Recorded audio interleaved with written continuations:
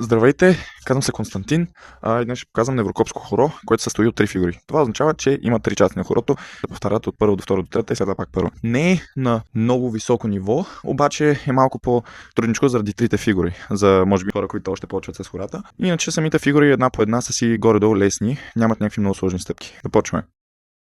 Първата фигура има бавно, подобно на право хоро, обаче има докосна към земята.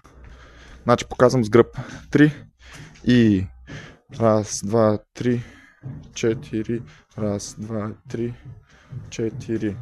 Има две такива. На второто, реално в самото, аз го повтарям, за да може вие да се научите. На второто, като направим раз, два, три, 4, на второто има само ляво докосване. И като го направим лявото докосване, се връщаме отпред и докосваме с десен.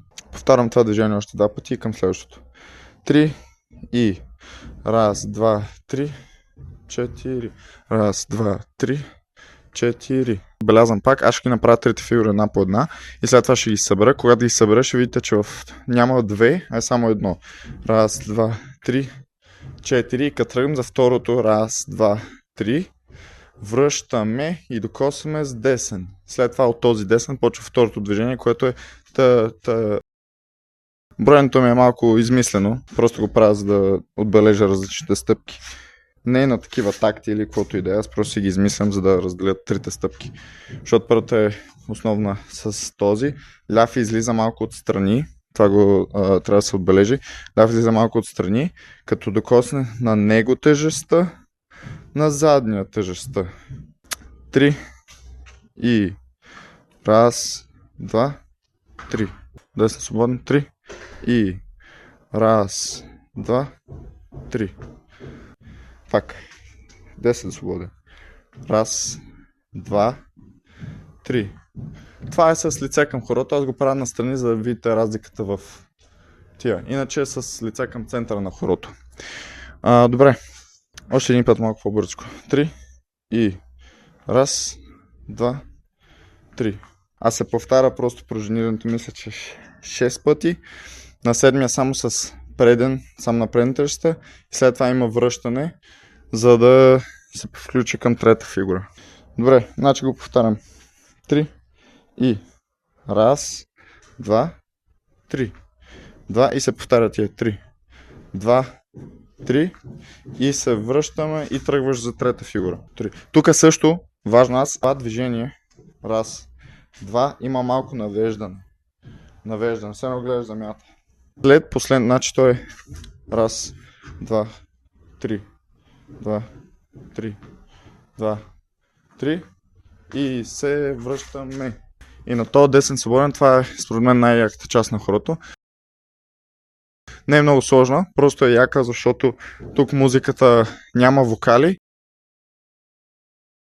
И на тази част всички пищят, тъй че ако сте вкъщи сами, може да попищите малко, може да се изкръщи нещо, нали? Ей, малко иха, бре! С него, ако сме десен свободен, ръцете са напред. На това не е залушване, а е с едно придърпване. С десен придърпваш, с ляв придърпваш, с десен връщаш, с десен връщаш. Ей, такова е движение. Връщаме, връщаме. Се повторя само в едно кръгче. Знам дали се вижда на камерата, ама... Да, студеничко е. Обаче аз реших да съм тук, въпреки че ми предложиха горе. Това е в хотел Aurora София, между другото, shout-out на Пейо. Тук бачкам от време на време и ми даде да ползвам пространството да се направя клипчето. И намерих някакви готини лампи, които вършите баси работата. Мисля, че са мазали наскоро. Има и картони по земята. Не. Тук има едно такова увиване. Мисля, че знам защо това е най-вълнуващата част на хорото, защото има много движение в ръцете взаимно и то се вижда в кръга. Само се събира и се такова и има много сила в ръцете. Мъжете с широки рамене и така. А жените елегантничко просто. Показвам с гръб. 3 и раз, два, три, 4. Раз, два, три. Връщаме отпред. 4. Докосване. Тръгваме втора фигура. Пружиниране. Пружиниране. Пружиниране. Пружиниране. Пружиниране. Пружиниране, отзад, преситване, придърпване, връщане, придърпване, връщане. Това навеждане не само има навеждане, а има и леко тръсване на раменете. Това е още по-яко хубаво. Вдигаме и на пружинирането към земята има леко чегалата на кичек се.